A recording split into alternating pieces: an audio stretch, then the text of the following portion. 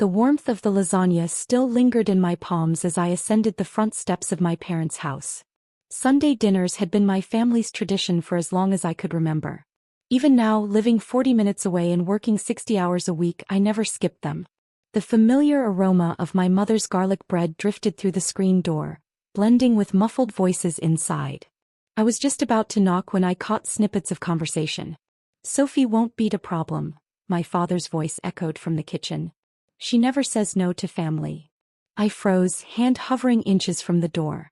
Then came my mother's strained, worried voice, uncharacteristic of her. 300,000? That's insane. How did you even?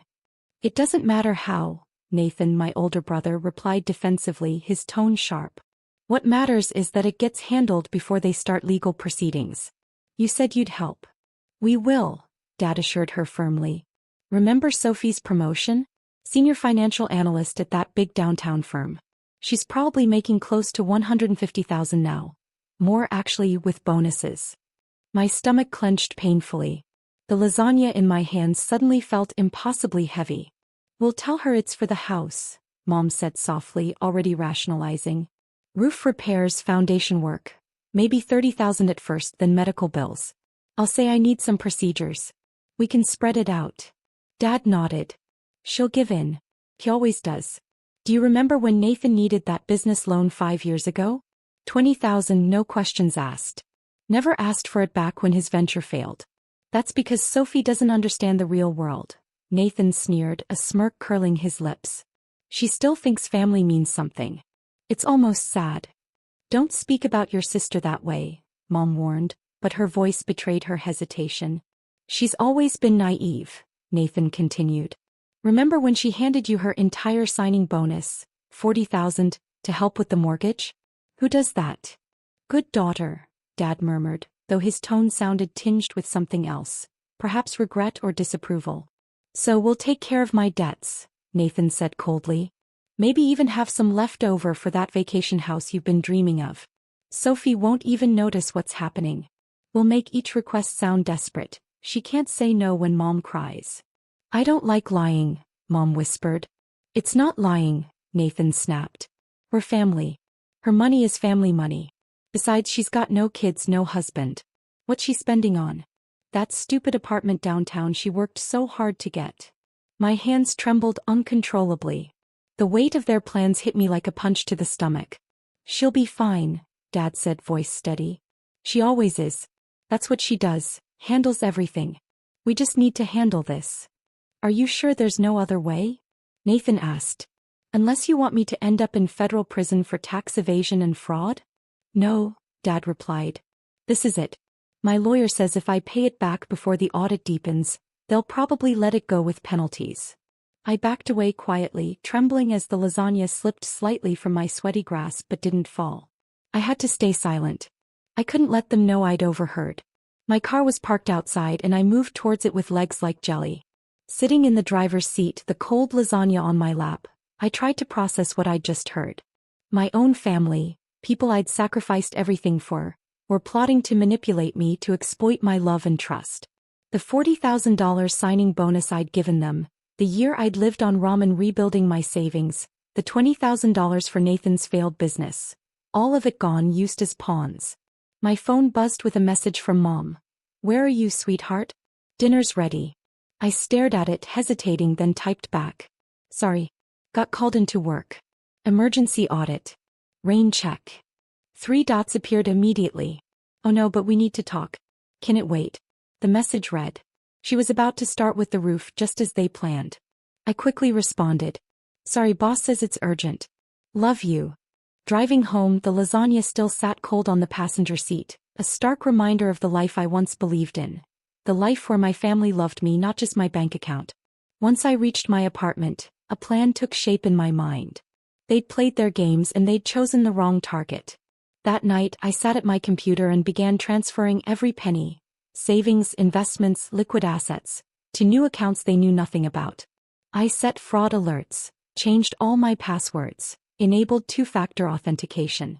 My phone buzzed nonstop, calls from Mom, Dad, Nathan, and I let them all go to voicemail. Monday morning, I stepped into my boss's office and asked for a private meeting. Karen Richards was a sharp woman, intuitive and perceptive. I need some advice, I said quietly, closing the door behind me. Personal, not professional, but it might affect my work. She studied me carefully. Go on. I told her everything. The overheard conversation, the pattern of financial exploitation, Nathan's legal trouble. She listened without interruption, her expression darkening with each detail. First, she said softly, you're handling this remarkably well. Most people would be a wreck. Second, you need a lawyer. Not for you but to protect yourself from what they might try. And third, document everything. Every request, every transaction, every message. I showed her the spreadsheet I'd already begun, 5 years of financial hemorrhaging, nearly $200,000 gone. Karen whistled low. Sophie, I have to give you some advice that might overstep, but I think you need to hear it. Your family isn't your responsibility. Their debts, their mistakes. None of that is on you. She paused, then offered, we have an opening in our London office. Same role, better pay, and most importantly, an ocean between you and them. Interested? When I answered yes, she assured me they'd handle the visa and moving expenses. A fresh start. That night, the calls from my family became frantic. Dozens of missed messages, voicemails full of worry, guilt, and demands. I ignored them all. By Tuesday, Nathan finally reached me. Sophie, where have you been? Working, I said calmly. You know, at that job you all think is just a fountain of free money. What do you want? He pressed. We need to talk as a family. Can you come to dinner tomorrow? No, I replied. I have plans. Plans more important than family? The kind where people scheme to defraud me out of $300,000. Silence. I don't know what you're talking about, I said. Tax evasion. Fraud. And you were going to make me pay for it. Tell Mom and Dad to lie to me, I snapped. I overheard everything. I was bringing lasagna for dinner. Remember family? That thing you said I foolishly believed meant something. Listen, Sophie, he started. It's exactly what I think, I interrupted. You were planning to call me your sister, the one who's bailed you out for years. I'm in real trouble now. Prison trouble. And you think I should just roll over? Please, he begged. I hung up. The flood of texts from him, Mom, Dad, all guilt-tripping and demanding, I archived without reading. Wednesday, Mom showed up at my office, tears streaming down her face. Sophie, please just talk to me. I'm your mother. I stood silently, watching her sob uncontrollably, feeling nothing. The tears that had always moved me before now seemed hollow, theatrical. Can we talk? I asked. No, she said, voice trembling.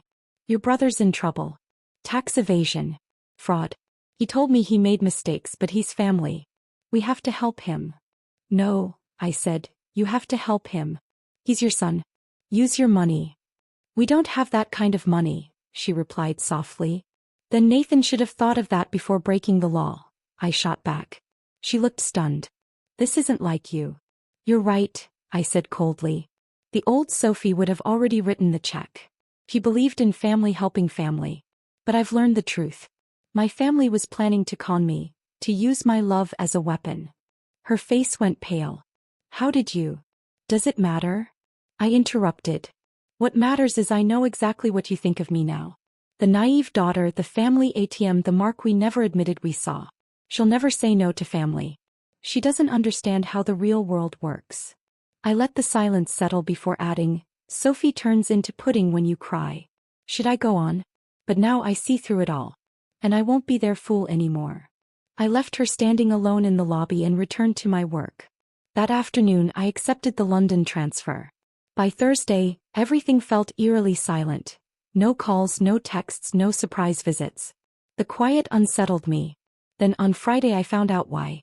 As I was packing up my desk for the weekend, security called. Ms. Winters, there's a process server here for you. My stomach sank. Moments later, I was handed legal papers. My family was suing me, claiming the money I'd already given them was actually loans I was demanding repayment on. They alleged this was causing them emotional and financial distress. I looked at the documents, then burst into laughter. An uncontrollable, incredulous laugh. They were trying to force me to give them money by claiming I was forcing them to give me money. It was so absurd, so painfully desperate that I couldn't even get angry. I immediately contacted the lawyer Karen had recommended. After I emailed her the papers, she replied swiftly. They have no case, she said.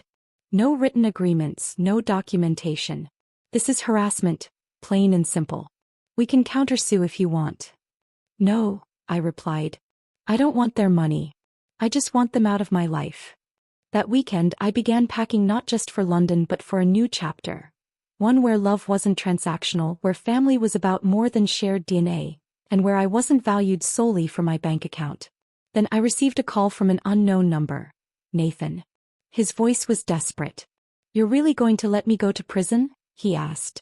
I'm not letting you do anything, I said evenly. You're going to prison because you broke the law. That's called consequences. I could lose everything, he hissed. I already lost everything. My family, my trust, my faith in people who were supposed to love me, I said. But you know what? It's liberating. I don't have to pretend that you care about me beyond what I can give you. Because you don't.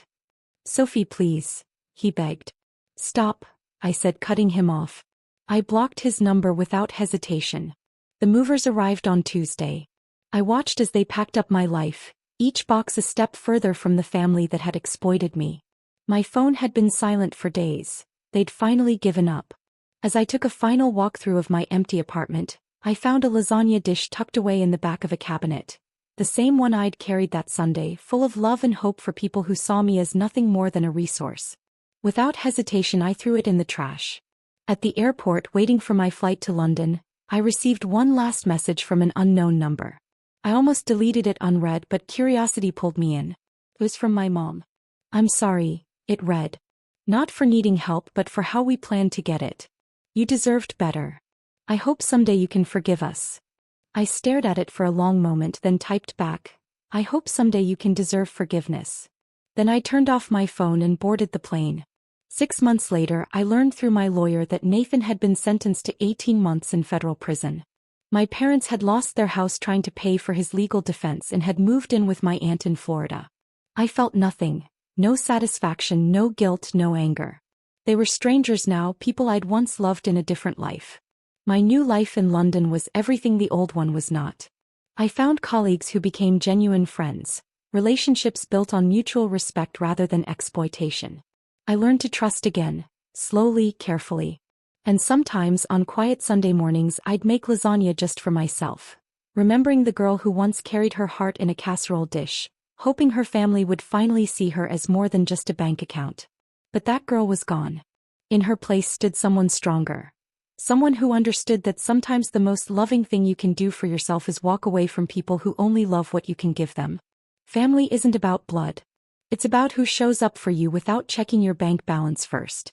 And sometimes, the only person who truly shows up is yourself. That's the real world.